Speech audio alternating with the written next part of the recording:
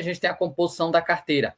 O maior ativo aqui aparece com 3,2% do portfólio dele. Deixa eu só confirmar se é isso mesmo. Eles colocam do maior para o menor, ainda bem. Então, a gente percebe aqui que o maior ativo é 3,2% do portfólio. Essa é uma coisa que eu sempre gostei dos FINFRAs, não necessariamente do juro, mas os FINFRAs no geral. Rating da carteira, porque você vai olhar um fundo imobiliário de papel ou um FIAGRO, raramente você vai ver um ativo que tem uma carteira com nota de crédito AAA, por exemplo, como é o caso aqui da Equatorial Energia, distribuidora de energia AAA, 2,8% do portfólio dele, nessa debênture específica aqui. Então, essa parte aqui é uma coisa que eu acho bem interessante.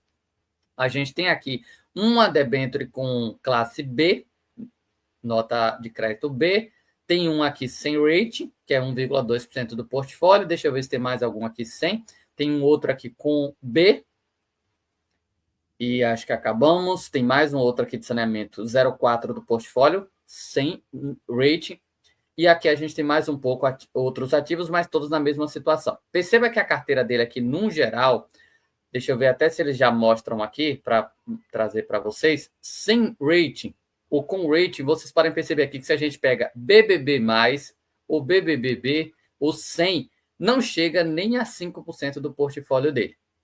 Então, o nível o risco de crédito do negócio desse, para mim, é muito menor. Você tem uma carteira com as empresas, grau de investimento, não é uma coisa assim, não é uma coisa que eu diria que é tão comum. Olha a lista de debêntures que ele tem dentro da carteira. É uma lista bastante grande. Como vocês podem ver, são várias páginas, sendo que o maior ativo é 3,2. Pode ter uma debênture ou outra repetida, é até um pouco comum, às vezes a gente vê isso.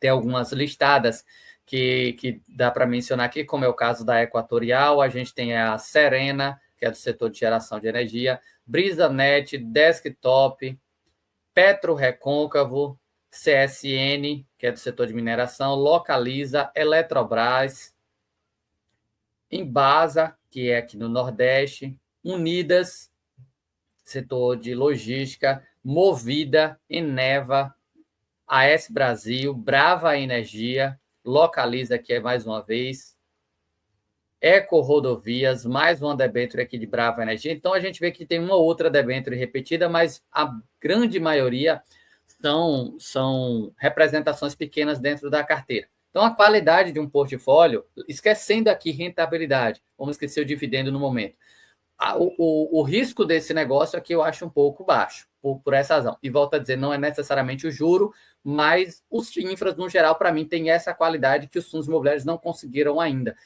Adicionar tantos ativos de grau de investimento dentro da carteira, que é uma coisa bem difícil mesmo. Você vai olhar um fundo imobiliário, é uma empresa ou outra que tem aqui um AAA, uma nota de crédito AAA. Então, esse aqui eu acho uma parte bem interessante. E aí, o que eu gosto sempre de olhar nesses momentos, já que eu tenho uma boa carteira, uma carteira com risco baixo, olhar a rentabilidade. E aí, você vai olhar o juro 11 no momento, você tem aqui 14,64 nos últimos 12 meses, sendo que eu vou ser conservador ou vou ser mais realista. Eu acredito que o fundo pode distribuir na faixa de R$1 por cota, pensando nos próximos meses. Se eu acredito em R$1 por cota, você teria ali R$12 nesse preço aqui de 92, você teria algo mais próximo a 13, 13,5% de yield. Então, eu diria que na minha cabeça, eu fico mais acreditando em R$1 por cota do que R$1,50 de normalidade. A menos que a inflação dispare, a gente tem aí um fechamento da curva de juros muito grande. Então, a rentabilidade dele hoje, para o risco da carteira, é algo que me chama a atenção. Deixa eu ver se tem mais algum ponto aqui para mostrar para vocês. Segmentos, a gente tem aqui quase tudo, ou melhor, 26% em geração de energia, 14% em saneamento, 10% em rodovias, telecom 8%, 7% em logística. É um segmento que você não vê tanto assim no Sinfra, segmento de logística. Temos aqui financeiro com 4%, mineração e siderurgia, que é a CSN 2%, tem portos, tem ali a parte de óleo e gás, 6%, que tem a Petro Recôncavo e a Brava Energia. Eles têm vários segmentos dentro da carteira. O maior aqui, de fato, é ainda na parte de energia, porque a gente tem geração de energia, a gente tem aqui transmissão de energia, distribuição de energia, mas é um segmento que eu acho interessante devido aí ser receita bem contratada. qual a chance de uma Equatorial não pagar o juro 11? Eu acho um pouco difícil. Então, é um pouco focado aqui na parte ainda de energia, mas é um setor bem, bem perene mesmo. É aquela velha história de banco, saneamento, energia, são seguros, são segmentos bem, bem tranquilos, que até em momentos complicados do país conseguem performar bem. Nós temos aqui 91% em debêntures, uma pequena parcela em caixa, o fundo hoje basicamente 100% alocado, pode ser até que com esse caixa a gestão resolva reduzir ainda mais ele para poder comprar mais ativos nesses preços, porque com essa curva de juros mais estressada, a probabilidade deles conseguirem boas taxas é muito grande. E aqui a gente tem um pouco sobre as características do fundo.